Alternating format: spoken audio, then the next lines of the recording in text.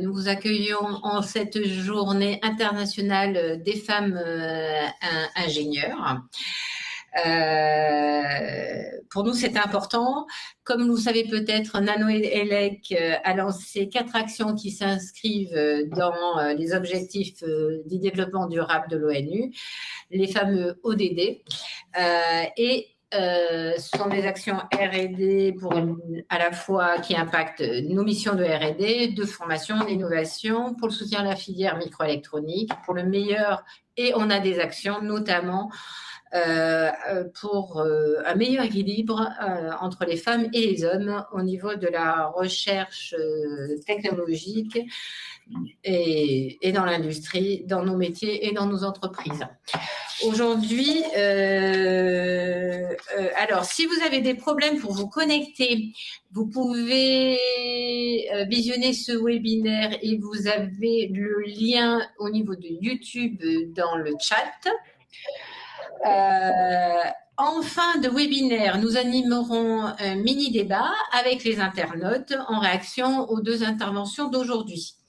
Alors, tout de suite, nous accueillons Iris Degaine, membre de l'association Femmes Ingénieurs et ingénieure en désamiantage et génie civil chez MDD. Iris est venue partager avec nous la synthèse du rapport annuel de l'Observatoire des femmes ingénieures. Alors, voilà, on va commencer par ça. Le reste, on le dira après. Merci Sandrine. Donc je me présente, Iris Degaine, membre de Femmes Ingénieurs depuis 5 ans et ingénieure depuis 15 ans.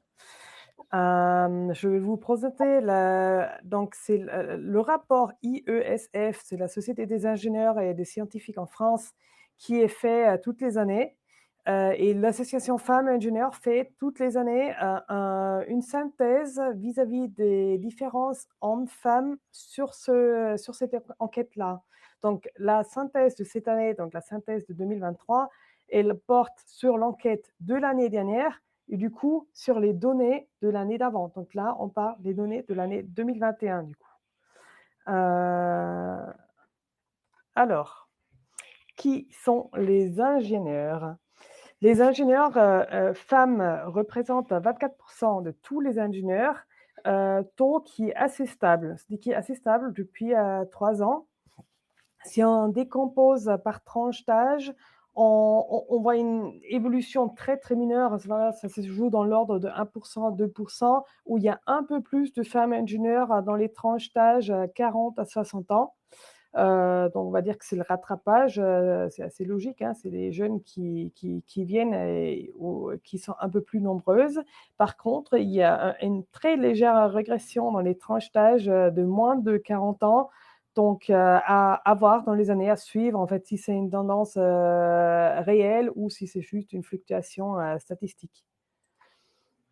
Les ingénieurs femmes travaillent à 40% en Île-de-France, et puis en Auvergne-Rhône-Alpes, et après ils sont les plus représentés en Occitanie.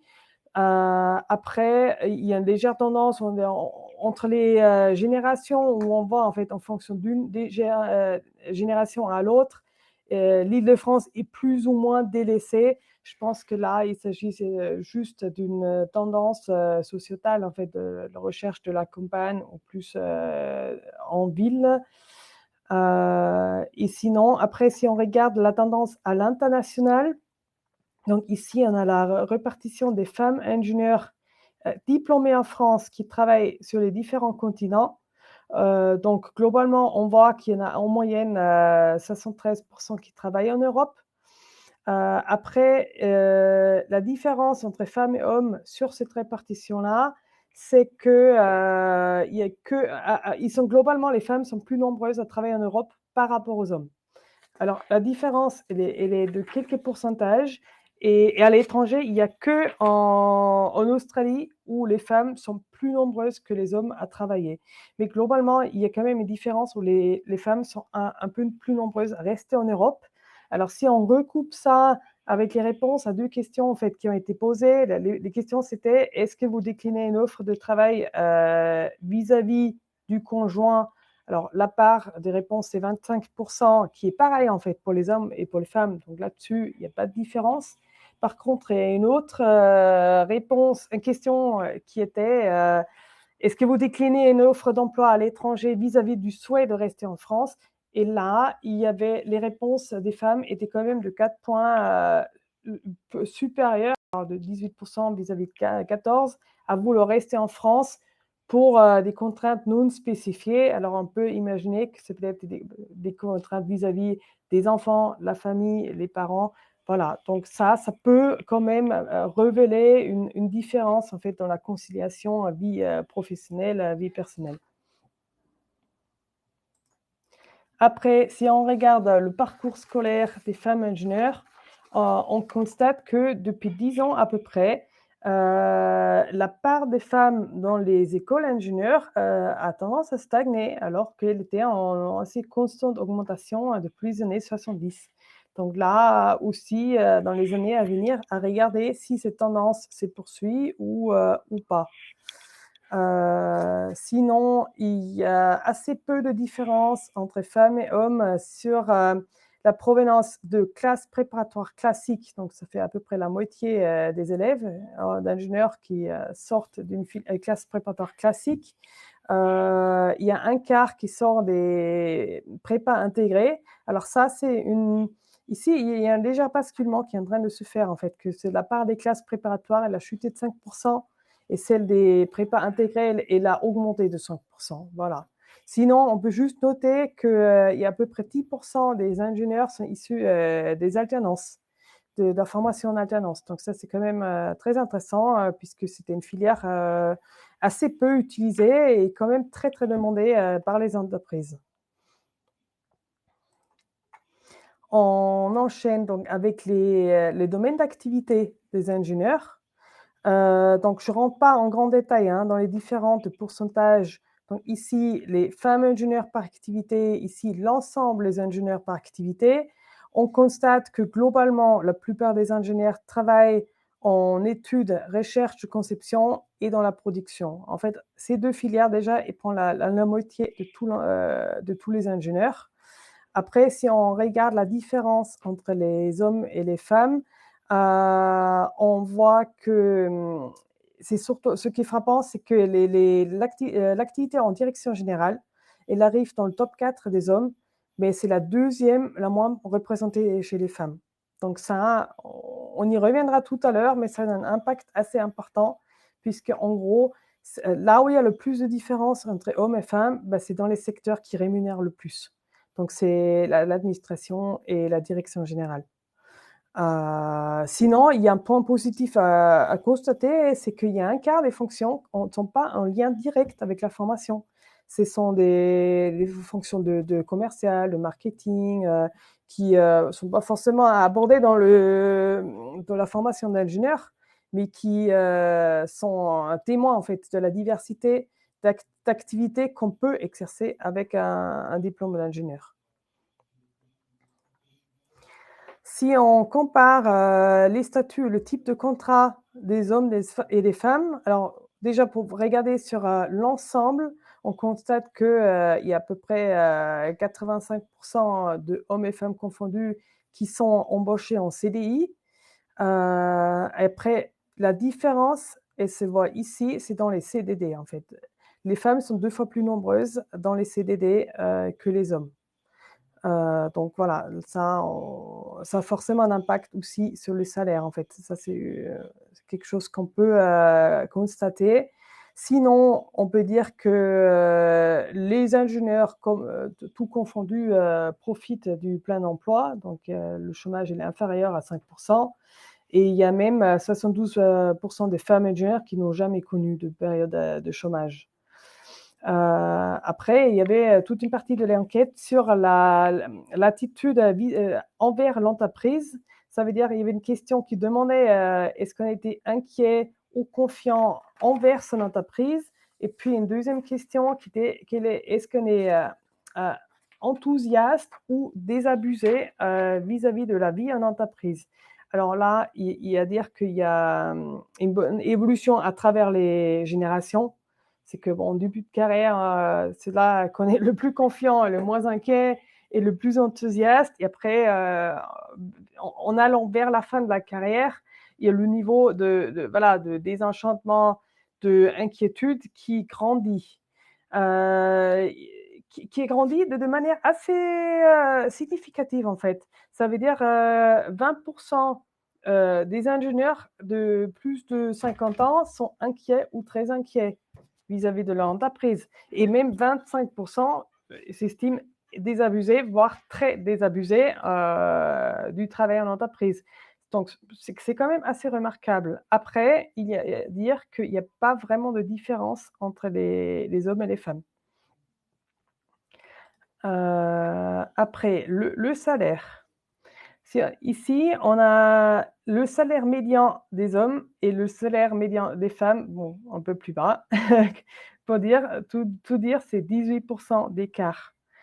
Alors, voilà, 18%, c'est assez significatif. La seule bonne nouvelle, c'est qu'il est en train de se réduire quand même. Il était de 20% encore l'année dernière. Donc ça, c'est quand même une très bonne tendance. Ici, on voit que les domaines où il y a l'écart est le plus fort, voilà, on retrouve la direction générale, on retrouve les activités en administration, en gestion. Voilà. Donc, on voit quand même que ça joue beaucoup ces inégalités salariales. Si on regarde un peu selon les générations, on voit que l'écart, donc il est plus petit, on voit ça sur les deux schémas, il est plus petit en début de carrière, c'est assez logique, hein, et après c'est à partir de 40 ans que vraiment il s'accentue. Il est donc de 14% en fin de carrière et vers 6% autour de la quarantaine. Donc c'est vraiment sur ces 20 ans-là que ça se joue le plus. Après, là aussi, une tendance très positive, hein, on était sur un écart de 24% en fin de carrière en 2019 et on est sur 14% aujourd'hui. Donc ça, c'est vraiment une très nette amélioration. Voilà, donc c'est vraiment une bonne nouvelle.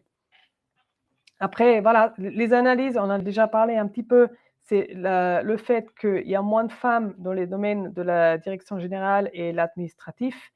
C'est que les femmes sont moins à l'étranger aussi, où les postes ont tendance à être très bien payés quand on décide d'y aller. Et après aussi la prise de responsabilité. Donc, le taux de femmes qui ont des responsabilités soit sur le personnel, soit budgétaire, soit sur le résultat financier, est moins élevé que celle des hommes, et ça aussi, ça joue sur le salaire. Après, donc, le type d'entreprise qui emploie les ingénieurs, grosso modo, la plus grande partie des ingénieurs, tout confondu, donc travaillent en grande entreprise et grandes, petites et moyennes entreprises.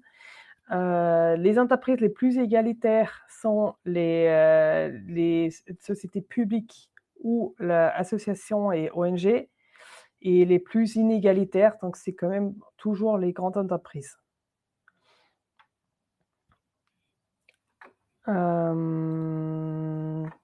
Après, on a fait un petit focus en fait sur l'origine sociale des parents.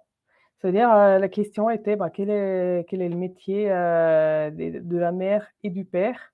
Et là, on constate donc une évolution. Ici, on a les mères avec en gris clair, donc c'est inactif. Donc là, on voit voilà, depuis 90 une très nette diminution. Donc, c'est les mères qui investissent le marché de l'emploi. Ce qui voilà, n'est pas une grande surprise. On voit aussi que les pairs sont surtout alors ingénieurs, c'est la première barre, et cadres.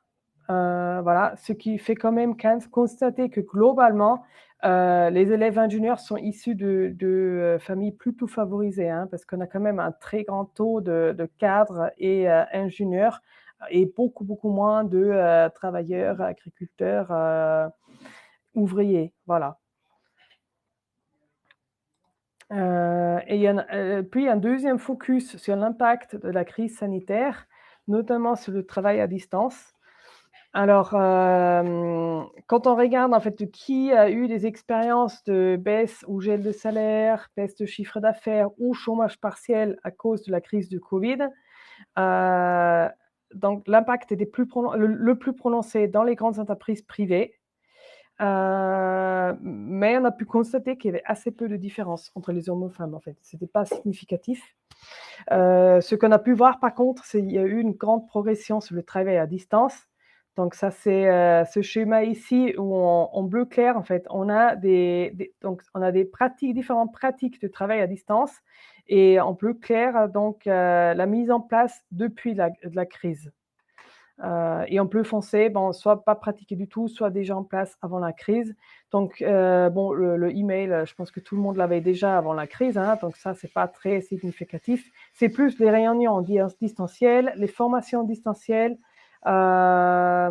et avec ou sans vidéo. Voilà, ça, c'est vraiment en nette progression. Donc, pour récapituler, on peut dire que les femmes ingénieurs ont des carrières variées, utiles et riches, avec une très grande liberté dans le choix du domaine d'activité et le choix du métier.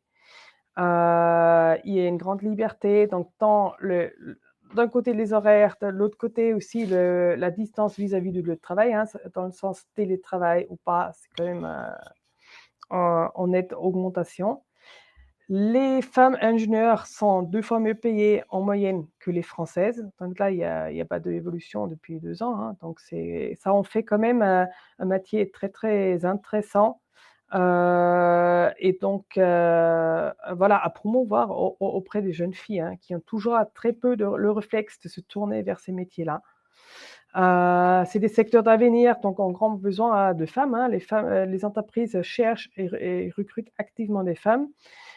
Il persiste un plafond de verre avec donc les différences d'écart salarial et les difficultés d'accès au domaine de la direction générale et les métiers d'administration qui sont donc plus difficilement accessibles pour les femmes que pour les hommes.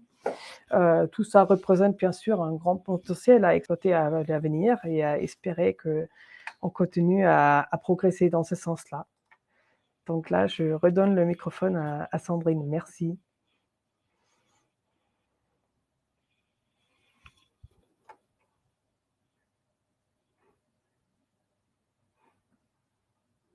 Association Femmes Ingénieurs. N'hésitez pas à poser vos questions. On les prendra après la deuxième intervention, mais comme ça, elles seront toutes prêtes. Donc maintenant, c'est au tour de Clotilde Policard, chimiste, professeure, directrice des études de sciences à l'ENS, École normale supérieure de Paris, et Charlotte Jacquemot, chercheuse en neurosciences cognitives à l'ENS, de prendre la parole. Elles sont venues nous commenter leur article récent, The Conversation, pourquoi si peu de femmes dans les carrières scientifiques. Merci d'être avec nous. C'est à vous pour 10 minutes et après, on prendra les questions des participants. Ok. Déjà, merci de l'invitation. Merci beaucoup. Tu veux que je commence Oui, vas-y. Ouais. Donc, merci beaucoup et merci pour ce rapport parce qu'on voit qu'il y a beaucoup de points communs entre les femmes ingénieures, les femmes scientifiques. En fait, nous, on a exactement le même constat des femmes qui sont sous-représentées dans certains domaines scientifiques et qui sont sous-représentées au fur et à mesure que la carrière avance et qu'on arrive avec des hautes fonctions et plus haut dans la hiérarchie. Donc, cette question qu'on s'est posée, c'est comment, en fait, on arrive à cette situation. Est-ce qu'on a des données scientifiques qui vont pouvoir nous permettre de comprendre comment on arrive à cette situation de non-parité? Et alors, sans vouloir divulgacher tout de suite au début la fin, il n'y a pas de différence dans le cerveau des hommes et des femmes qui pourrait expliquer cette situation. Donc, si on n'a pas de différence biologique, qu'est-ce qui va mener à cette situation? Et donc là, c'est en fait l'effet de la culture qui va agir sur les hommes et les femmes de manière différente. Et donc, c'est ça qu'on a essayé d'expliquer dans l'article qu'on a écrit avec Clotilde. Donc, la culture va agir à plusieurs niveaux. Il y a 2 niveaux principaux, ce qu'on appelle les stéréotypes. Donc, ça, c'est des traits de caractère qui vont être de manière complètement arbitraire attribués à un groupe. Donc, de manière concrète, on va répandre l'idée que les filles ne sont pas bonnes en maths. Ça n'a rien du tout de biologique, c'est juste une idée qui n'a pas de fondement scientifique. mais ce stéréotype, il va avoir des effets sur la façon après dont les filles vont ressentir les mathématiques et se sentir ou pas performantes dans les maths. Et c'est ce qu'on voit dans des études où on fait passer un test et où c'est le même test, mais on va changer la consigne. On va une fois dire que c'est un test de maths ou une fois dire que c'est un test de dessin. Et ce qu'on voit dans ces tests-là, c'est que quand on dit que c'est des maths, les filles sont moins bonnes, et quand on dit que c'est du dessin, les filles sont meilleures que les garçons, alors que c'est exactement le même test. Donc, ce n'est pas le test en lui-même qui va poser des difficultés, c'est la consigne et ce qu'on met derrière. Donc, quand on dit que c'est des maths, les filles ont peur et ont des moins bonnes performances. Elles ne sont pas moins compétentes, elles sont juste moins performantes. Donc, ça, c'est une première chose. Et il y a plein de solutions pour agir là-dessus. Je pense que Clotilde va un petit peu en parler après. Donc, ça, c'est la façon dont nous, on va réagir. Et les stéréotypes, il y en a sur le genre, mais il y en a sur plein d'autres domaines. Hein, je ne vais pas m'étendre là-dessus. Et les hommes aussi subissent des stéréotypes. Donc, eux, on va considérer qu'ils ne sont pas bons dans les domaines artistiques, par exemple. Et il y a une autre chose aussi, c'est les biais. Donc ça, les biais vont affecter toutes les personnes qui vont s'occuper d'évaluer, de recruter. Et là, on est tous biaisés. Et les hommes et les femmes sont biaisés. Et donc ça, c'est parce qu'on est dans une culture qui provoque des biais. Et là, ce qu'on voit, c'est que ces biais, on ne va pas juger de la même façon les filles et les garçons. Donc, dans une salle de classe, on ne va pas laisser le même temps de parole à des filles et à des garçons. On va plus couper la parole aux filles qu'aux garçons, etc. Sur des bulletins scolaires, on ne va pas mettre les mêmes appréciations pour les garçons et les filles. Pour des mêmes notes, les garçons vont être considérés comme des génies ou brillants, et les filles vont être considérées comme des élèves sérieuses ou des bonnes élèves. Donc ça se voit dans les bulletins scolaires. Au fur et à mesure de la carrière, ça va se voir dans les lettres de recommandation, où ce n'est pas les mêmes termes qui vont être utilisés pour recommander des hommes et des femmes. Et ça va se voir aussi dans les CV, où en fait, le même CV, donc vraiment exactement le même CV, s'il a un prénom de femme ou il a un prénom d'homme, il ne va pas être traité de la même façon.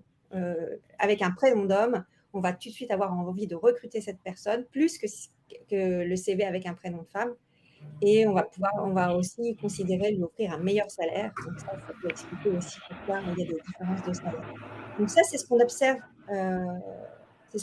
Et c'est ce qu'on peut expliquer donc par l'effet des stéréotypes, l'effet des biais. Mais une fois qu'on a fait ce constat, il faut mettre en place des solutions. Et enfin, là, je vais laisser la parole à Clotilde qui va peut-être pouvoir nous parler des solutions parce qu'il y en a sur ce qu'on peut faire pour faire évoluer ces situations-là. Ok, merci Charlotte. Donc, ce qu'on peut dire peut-être pour démarrer, c'est donc actuellement, effectivement, il n'y a aucune étude qui montre qu'il y ait des différences au niveau cérébral entre les hommes et les femmes. Mais la question qui se pose, c'est s'il y en avait, est-ce que ça, enfin, pour des raisons d'équité, en fait, on aurait quand même envie que les femmes et les hommes soient traités à égalité. Et donc ça, c'est important de se dire que même s'il y avait des différences, l'équité ferait que, pour des raisons d'équité, ce serait important de traiter les femmes et les hommes de la même façon. On ne va pas dire que si un jour on découvre une différence, ça fait tomber tout ce qu'on va vous raconter. Non, en fait.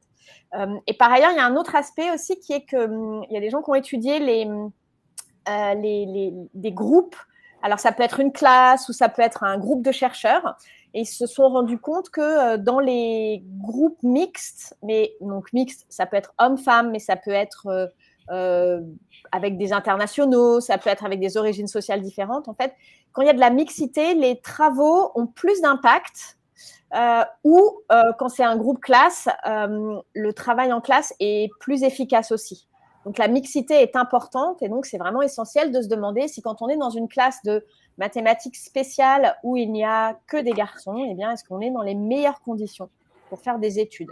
La réponse, elle est plutôt non. Donc, pour toutes ces raisons, c'est vraiment important de réfléchir à ces questions d'équité. On a parlé aussi de la différence de salaire. Alors, c'est vrai que donc, nous, on est chercheuses et donc, dans le domaine de la recherche où quand on est dans l'enseignement supérieur, a priori, il y a des grilles, donc on se dit, il n'y a pas de différence de salaire.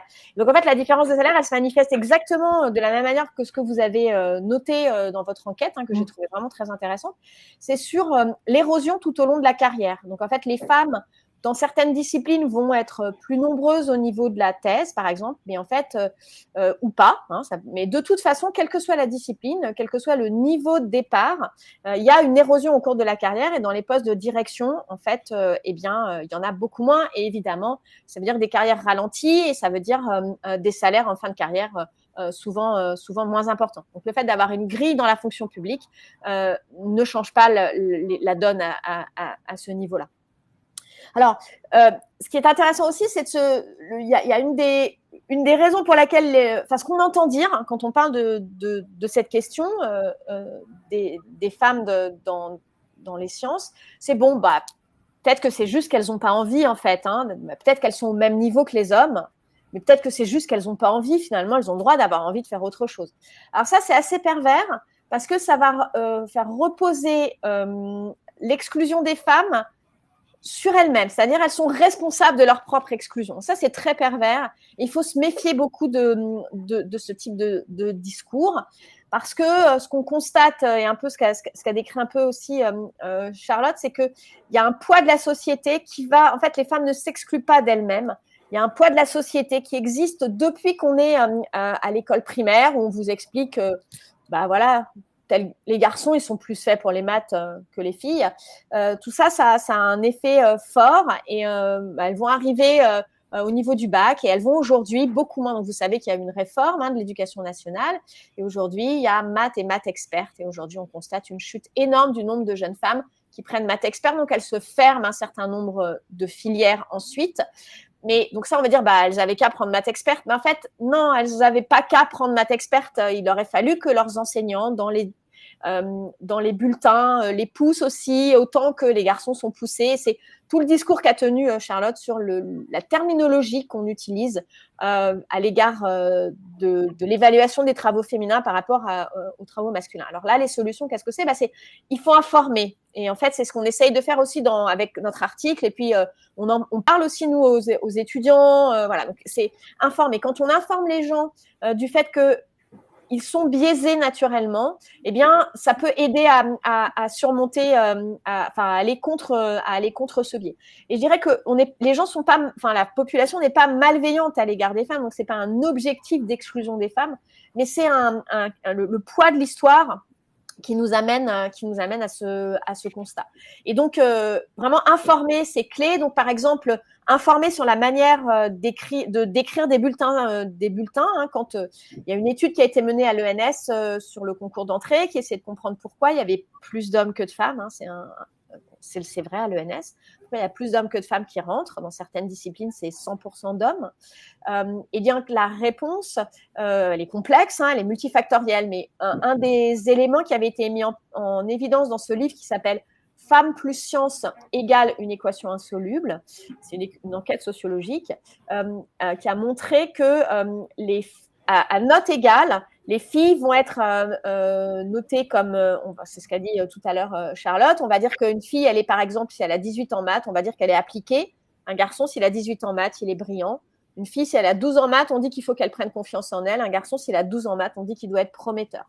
Et donc ça, c'est extrêmement important que les enseignants soient informés des biais qui existent chez eux pour pouvoir y remédier. Alors, une manière de se convaincre qu'on est biaisé, on l'est tous plus ou moins, c'est de faire ce qu'on appelle les tests d'association implicite. Ça, c'est disponible sur le site d'Harvard. C'est des tests qui sont assez controversés, mais que moi, je trouve extrêmement intéressants pour ressentir vraiment dans sa chair les biais qu'on peut ressentir. Donc, ce sont des tests qu'on fait où on va mesurer ils sont assez difficiles à contrecarrer parce qu'on va mesurer ou à biaiser.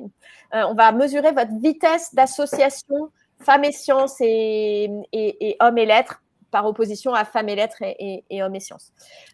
Et alors là, donc, vous ressentez dans votre chair que vous allez plus lentement du côté, quand vous voulez associer un mot scientifique à une colonne où il y a par ailleurs des mots qui correspondent à femme, par exemple chimiste et maman, ça va être plus difficile pour vous de l'associer que physicien et père, par exemple. Voilà. Donc ça, c'est intéressant parce qu'on le ressent vraiment. C'est-à-dire que vous allez le faire et vous allez vous dire « Ah oui, mais en fait, j'ai quelque part au fond de moi ce biais-là. » Alors, pourquoi c'est important de le ressentir? Il y a une étude d'Isabelle Régnier. Isabelle Régnier, elle est chercheure en sciences cognitives, elle travaille sur le genre, c'est son métier, c'est vraiment son travail de recherche. Mais elle a aussi des responsabilités à l'Université de Marseille, où elle est VP recherche, VP égalité, pardon. Et elle travaille beaucoup sur justement, qu'est-ce qu'on doit faire pour essayer de favoriser, donc là j'en suis au recrutement, favoriser le recrutement des femmes. Et elle a fait une enquête au CNRS où elle a analysé les biais de genre dans les promotions au CNRS. Vous savez qu'il y a au CNRS, on est promu par un comité national qui s'appelle le comité national et qui est élu pour 5 années. Et donc, elle a étudié sur plusieurs années, 2 ans en fait, la manière dont les comités étaient à la fois biaisés. Est-ce qu'ils reconnaissaient l'existence du biais? Est-ce qu'ils savaient qu'il y avait des choses à faire? Et quels étaient les biais effectifs? Alors, je n'explique pas exactement comment c'était mené, mais la conclusion, c'est que le biais aux promotions liées au genre n'était pas corrélé au biais dans la commission, au biais des gens qui étaient dans la commission, mais à leur non-reconnaissance de l'existence d'un biais. En gros, dans les comités où on disait, qui étaient très biaisés, mais qui disaient oui, on sait qu'il y a un biais et on fait extrêmement attention, on essaye de voir tout au long du concours si les pourcentages de femmes sont maintenus ou des choses comme ça. Ceux-là, en fait, ils n'étaient pas très biaisés au final dans le résultat. En revanche, dans les comités qui disaient non, mais c'est fini, il n'y a plus de problème aujourd'hui, ceux-là, en fait, le biais était énorme à la promotion. Le résultat était extrêmement biaisé. Donc ça, c'est intéressant. Il y a de l'espoir. Ça veut dire que si on veut contrecarrer ce biais, encore une fois, qui est réparti uniformément plus ou moins uniformément dans la population, mais largement réparti, eh bien, si on informe, ça peut permettre d'y remédier. Donc ça, c'est le côté positif. Le côté négatif, c'est qu'il ne faut pas relâcher la pression. C'est-à-dire qu'il faut constamment informer. Donc ça peut être aussi épuisant, mais il faut constamment informer. Donc ça fait partie des solutions qui peuvent exister. Je ne sais pas si j'ai peut-être fait à peu près le tour de ce que je voulais dire au niveau des solutions. Je crois que vous aviez peut-être des questions. Je peux évoquer les quotas si vous voulez, mais peut-être que là, j'ai déjà beaucoup parlé. Donc, merci beaucoup pour cet éclairage sur votre article et ses résultats. À savoir que en haut, me semble-t-il, il y a un lien pour ceux qui seraient intéressés pour aller lire l'article de Clotilde et de Charlotte. Après la présentation, pas tout de suite. Pour les questions, on pourrait passer, Flore, tu pourrais peut-être activer ton micro et poser ta question. Il faut que tu... Alors attends 2 secondes, il faut qu'on te mette en... Il y a aussi des questions dans le chat. Je ne sais pas si vous les avez vues. Moi, j'ai le chat ouvert et je vois 2 questions. Elle est déconnectée. La question était si tu... Tu peux remettre la question. Oui, je ne l'ai pas appris par cœur. L'écart des salaires s'accentue vers les 30-40 ans. Cela correspond souvent à des maternités. Quels conseils pourriez-vous partager pour adresser ce sujet? C'est un très grand sujet. Oui, alors, je fais le même constat que la maternité est vraiment en plusieurs aspects, alors dans l'aspect professionnel, mais aussi dans plein d'autres aspects d'inégalité, même dans la vie à domicile. C'est vraiment un point de départ d'un très grand écart entre les hommes et les femmes, et qu'aujourd'hui, à mon avis, alors qu'est-ce qu'il faut faire? Je pense qu'en tant que femme, on ne peut pas faire grand-chose. Aujourd'hui, c'est vraiment aux hommes de se saisir de ce sujet, en fait. C'est des hommes de se saisir en fait des responsabilités liées à la parentalité, de toute la charge, donc charge mentale et autres qui vient avec. Et tant que ça, c'est pas vraiment promu et poussé par toute la société, les entreprises, tout le monde, cet écart, je vois pas qu'est-ce qui peut s'améliorer, parce qu'aujourd'hui, en fait, les femmes, ce qu'elles font, c'est un peu la double peine, quoi. Voilà, et ils font un travail double avec la vie professionnelle et la vie personnelle qu'elles portent en fait à beaucoup plus de mesures que les hommes. Et ça se voit dans les statistiques, mais ça se voit même moi dans la vie personnelle. En fait, je constate autour de moi, le père, alors encore, il y en a ici dans mon entreprise qui prennent le congé paternité. Donc déjà, je trouve ça assez une avancée. Mais une fois qu'ils sont revenus, il n'y a aucune différence à voir. Je ne sais pas comment ils font. Les enfants se posent tout seuls chez la crèche. Ils sont récupérés tout seuls. Ils ne sont jamais malades, je ne sais pas. Et voilà, donc clairement, aujourd'hui, c'est là que ça pêche le plus. Voilà, pour moi, c'est vraiment le cœur du problème. Alors, nous avons une autre question. C'est comment revenir sur le… Vous vouliez répondre, Charlotte et Clotilde, peut-être? Je veux juste apporter un point de solution, parce que c'est vrai que 30-40 ans, c'est la carrière qui démarre. C'est à ce moment-là qu'on va pouvoir marquer des points pour les promotions, et c'est vraiment là où se fait la différence. Et même si au début de carrière, il y a autant d'hommes que de femmes, plus ça évolue, en fait, la rupture, elle se fait vraiment à cet âge-là. Donc, je pense que c'est un sujet, évidemment, dont les hommes doivent s'approprier, etc. Mais au-delà de ça, je pense que c'est également un sujet politique. Est-ce qu'on a envie d'avoir un congé maternité qui a la durée qu'il a, et ça, il ne faut pas y toucher, et la congé paternité qui est super court? Est-ce qu'on n'aurait pas envie d'avoir un congé paternité qui serait exactement de la même durée que le congé maternité et obligatoire à prendre? Et là, peut-être qu'on commencerait à rééquilibrer les choses entre les hommes et les femmes, et cet arrêt dans la carrière, ça ne sera pas la solution miracle, mais ça sera un début de solution. Et juste pour ajouter, oui, il y a des… Donc d'abord, cet effet, on le constate, y compris dans les carrières académiques, c'est clairement à cet âge-là que les femmes décrochent. Alors les solutions, aujourd'hui, en fait, il y aurait des solutions politiques qui serait par exemple qu'une femme qui a un enfant en bas âge, elle pourrait… On a des suppléments familiaux, mais enfin, ils sont ridicules en termes de montant. Ça ne nous permet pas d'avoir une babysitter qui va chercher les enfants à la crèche ou qui va les récupérer quand ils sont malades. Si on imaginait que, voilà, une femme qui a un enfant de moins de je ne sais pas quel âge, même pourquoi moins de 10 ans, alors évidemment, c'est un peu utopique, mais on peut commencer par peut-être la crèche, moins de 3 ans, elle devrait avoir la possibilité d'avoir un financement, en fait, pour avoir une babysitter qui va chercher son enfant à la crèche. Donc, on peut aussi avoir la possibilité de vulgariser des solutions dans certaines communes. En fait, on peut avoir des aides.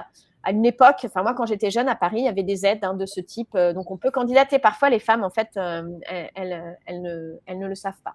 Il y a un autre aspect. Alors ça c'est surtout pour l'enseignement supérieur. Et je ne sais pas ce qu'il en est pour les ingénieurs, mais c'est que par exemple dans l'enseignement supérieur, il y a des choses qui existent comme il y a une circulaire que je mentionne dès que je peux, qui s'appelle la circulaire Duvoy, qui a été publiée en 2001.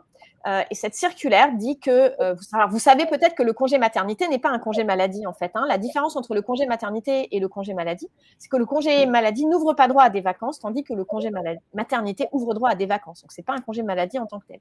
Mais en fait, le paradoxe, c'était qu'il était traité comme un congé maladie pour les enseignants-chercheurs, c'est-à-dire que on le prenait quand on le prenait, et puis après, il n'y avait pas de répercussions sur l'enseignement. Par exemple, moi, mon premier congé maternité, j'étais en congé maternité à partir de début avril et j'avais déjà fait tout mon enseignement sauf 7 heures. Donc, j'ai eu 7 heures de décharge et donc toute ma décharge, elle était sur ma recherche. Et ça, c'est pas normal.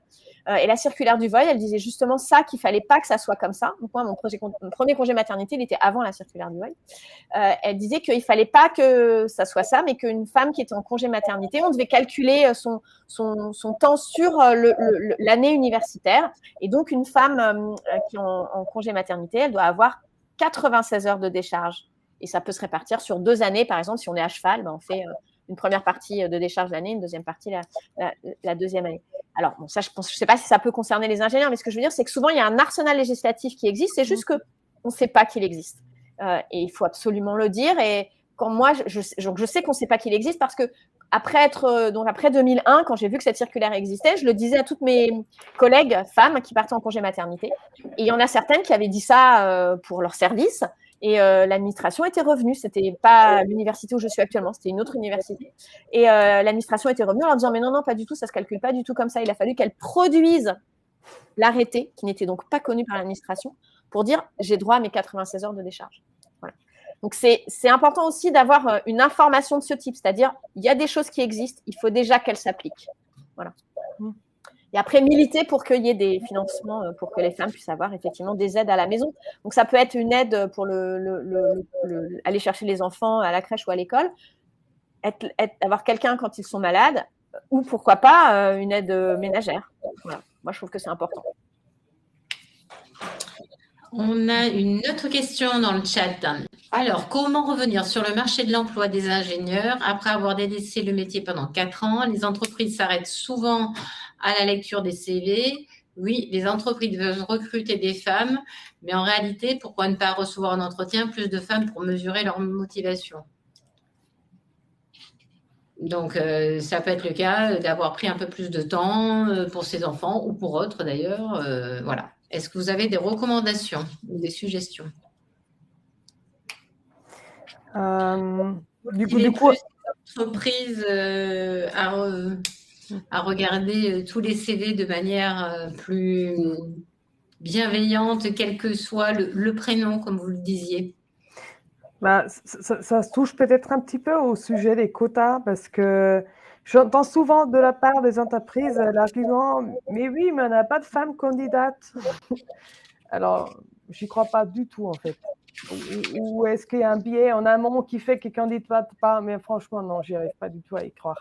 Donc moi, je pense que quand on veut recruter des gens, on se mettait en tête, j'ai envie d'avoir 50% des candidatures hommes, 50% des candidatures femmes, et on fait ce qu'il faut pour les avoir, voilà, quitte à, je sais pas, faire la publicité au bon endroit, d'assister au bon salon de recrutement. Je suis sûre que si on affiche la volonté de l'avoir, on arrive à les trouver. Et vu que c'est très peu fait comme ça, moi je pense que voilà, moi là, pour moi, c'est vraiment les entreprises qui font souvent pas suffisamment. Parce qu'après, voilà, dire que les femmes, ils n'ont pas envie d'aller dans certains milieux, j'y crois pas en fait. Mais bon, après, c'est vrai, c'est très multifactoriel, hein, c'est très compliqué de dire d'où vient, entre guillemets, le problème.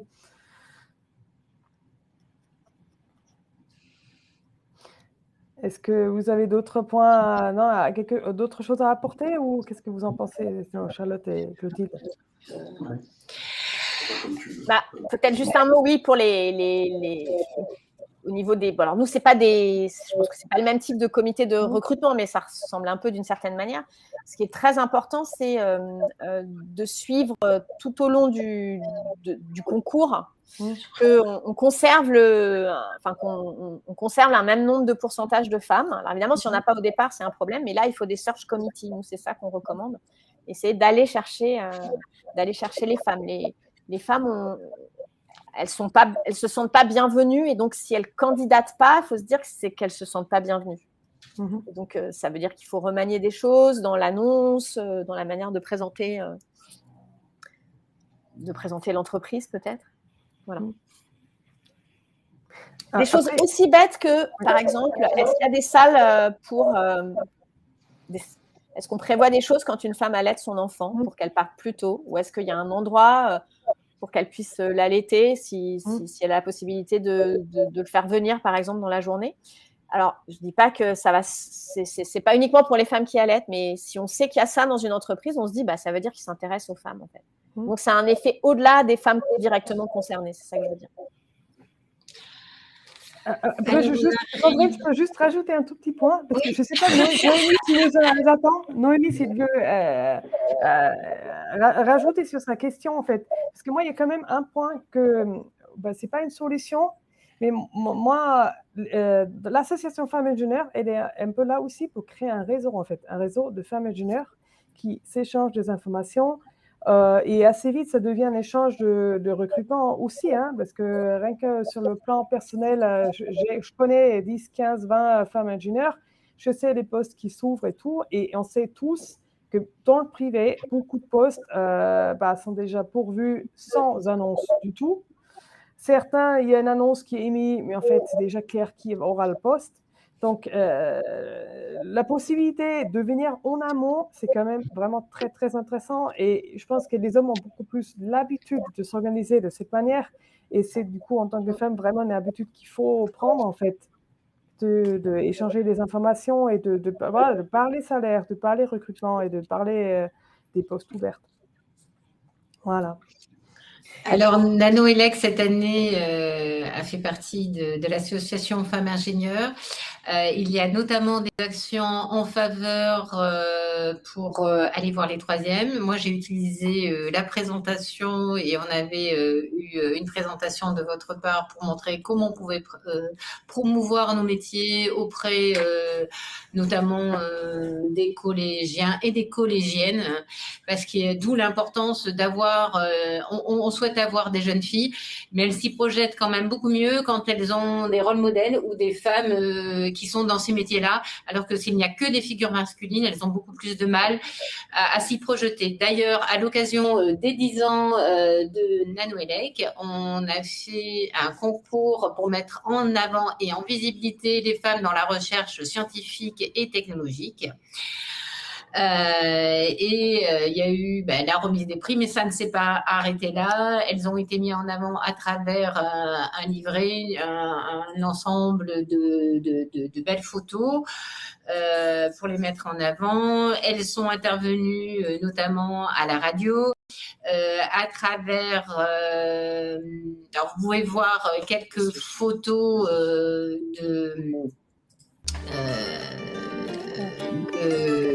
voilà les candidates. Elles ont été prises en photo, celles qui ont gagné le prix dans des conditions assez spécifiques pour mettre en avant ce qu'elles souhaitaient, ce qui leur correspondait. Donc là, vous avez Nadine Guillemot. Là, vous avez l'intervention auprès de France Bleu. Vous avez Magali Grégoire qui a souhaité se présenter dans une fontaine. Pourquoi une fontaine, excuse-moi, une cascade, parce qu'elle travaille dans les matériaux et le minéral pour elle c'est extrêmement important. Elle travaille avec l'eau. Voilà, Gaëlle Galeret qui travaille. Alors ça ne mettait pas en avant que les femmes scientifiques, mais également toutes les femmes qui servent dans cette recherche. Donc Gaëlle travaille au niveau de la gestion. Ça nous paraissait extrêmement important. Notre prochain séminaire a lieu le 6 juillet à 17h. Nous découvrirons l'ensemble du film réalisé par la direction département de l'emploi pour promouvoir la filière microélectronique sur notre territoire. Et si des gens souhaitent être mis en contact, contactez-nous et vous vous mettrons en relation. Et je vous encourage vivement à lire l'article The Conversation, qui est très éclairant. J'ai beaucoup appris aujourd'hui au niveau de l'information sur les élèves, mais également j'ai été très étonnée que finalement les femmes dans les pays moins égalitaires s'engageaient plus. C'était très instructif. Merci à vous. Comment vous faire intervenir dans les collèges pour faire de la promotion? Eh bien, on vous mettra en contact avec Iris Degen. Et si vous voulez intervenir également, si vous souhaitez vous engager, il y a des... moi, je souhaitais le faire, je n'osais pas passer le pas. Et en ayant discuté avec femmes ingénieures, elles ont une présentation, elles peuvent donner des conseils et ça peut, on peut démultiplier le nombre d'endroits où on peut, d'écoles ou de collèges ou de lycées où on peut intervenir. Estelle Hardy, elle doit être enseignante. Voilà. Vous avez déjà des volontaires. Voilà. Moi, je veux bien participer. Donc, on vous mettra en relation. On vous remercie beaucoup. Ça a été passionnant. On a un peu débordé. Et merci beaucoup pour cet échange très riche et instructif. Au plaisir d'échanger encore avec vous. Au revoir. Merci beaucoup. Au revoir. Au revoir.